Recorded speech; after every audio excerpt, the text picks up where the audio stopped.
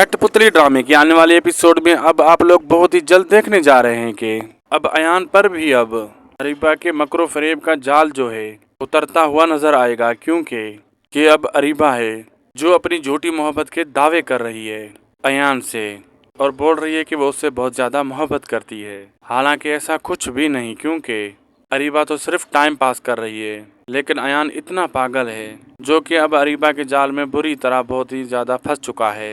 लेकिन अरीबा जब शिव के साथ अफेयर चला लेगी और उसका बैंक दौलत देकर उसी के साथ शादी करने के लिए एग्री हो जाएगी तो अयान उसे समझाने की बहुत कोशिश करेगा, लेकिन अरीबा है उसे तो दौलत चाहिए, इसलिए वो अब उस शख्स से शादी करती हुई नजर आएगी। लेकिन जब देखेगी कि असीब का दोस्त अदनान कितना बड़ा बिजनेसमैन है तो वो उसको भी अपने जाल में फंसाती हुई नजर आएगी। लेकिन जब असीब को पता चलेगा कि अरीबा उसके दोस्त के साथ अफेयर चला रही है तो वो बर्दाश्त नहीं कर पाएगा।